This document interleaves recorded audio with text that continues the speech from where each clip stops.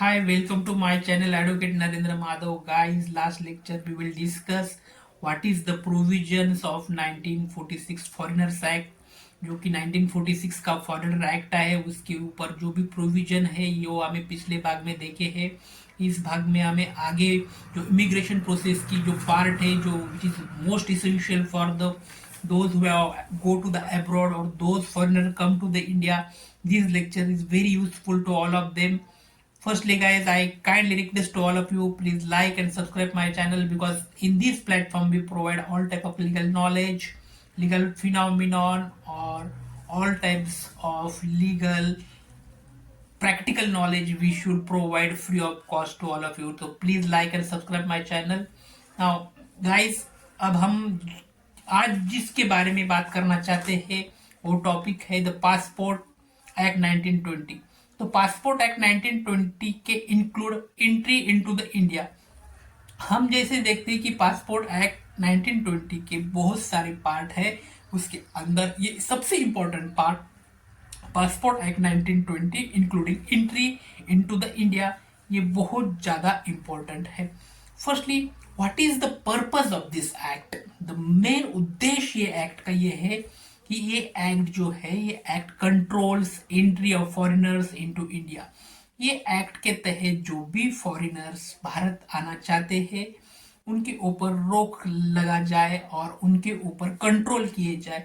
ये main purpose passport act 1920 के तहत एंट्री इनटू इंडिया।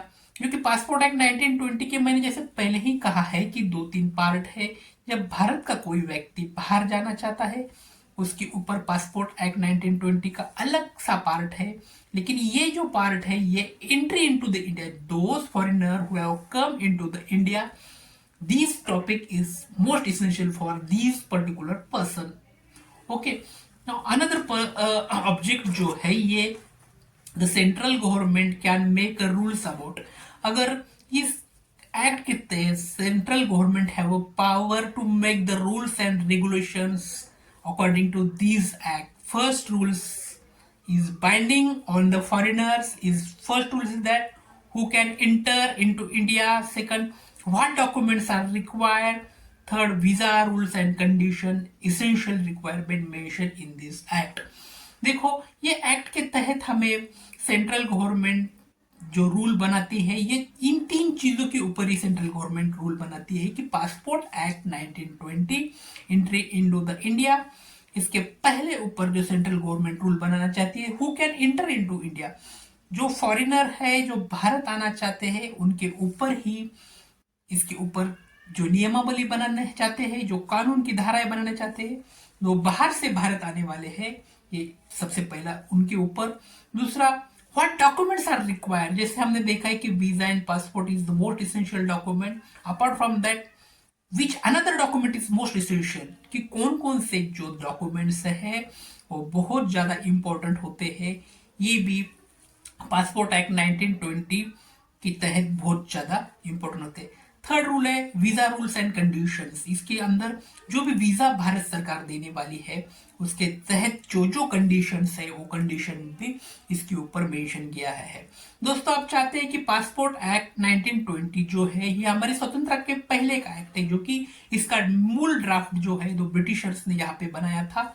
ब्रिटिशर्स लोगों ने इस ड्राफ्ट की क्रिएशन की थी और उसके तहत वो जब ये ड्राफ्ट बना था 1920 के एक्ट के, उस टाइम की सोशल फिनोमिनन टोटली डिफरेंट थी and today scenario is total different. लेकिन 1920 का जो पासपोर्ट एक्ट 1920 का जो मेन उद्देश्य है वो उद्देश्य जो भी फॉरेनर व्यक्ति भारत आना चाहता है उसके ऊपर रोक लगाना या उसके ऊपर जो भी इसेंशियल डॉक्यूमेंट रिक्वायरमेंट है जैसे कि वीजा हो, पासपोर्ट हो और साथ ही साथ इसके अलावा भी जो कोई डॉक्यूमेंट्स है उसके ऊपर जानकारी लेना, ये मूल उद्देश्य पासपोर्ट एक्ट 1920 का रहा है।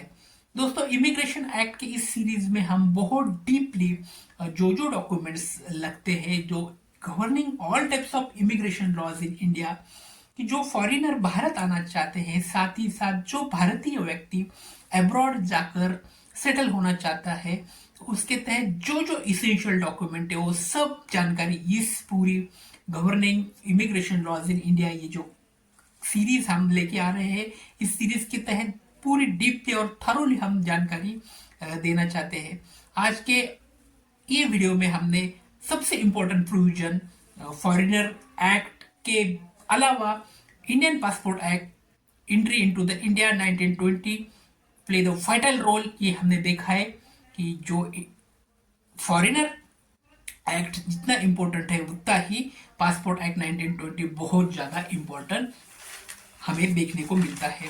और ये बहुत ज़्यादा इसलिए भी इम्पोर्टेंट है क्योंकि इसके तहत हमें बाहर से आने वाले लोगों के ऊपर बहुत सारे कानूनी धाराएं बना सकते हैं, और बहुत ज़्यादा आफ्टर इंडिपेंडेंस के बाद भी, स्वतंत्रता के बाद भी बहुत ज़्यादा कानूनी अबेटमेंट, कानूनी जो भी घटना दुरुस्ती है, जो भी अमेंडमेंट है, इसके अंतर्गत हुए हुए हमें देखने को मिलते हैं। दोस्तों यहाँ पे हम रुकेंगे।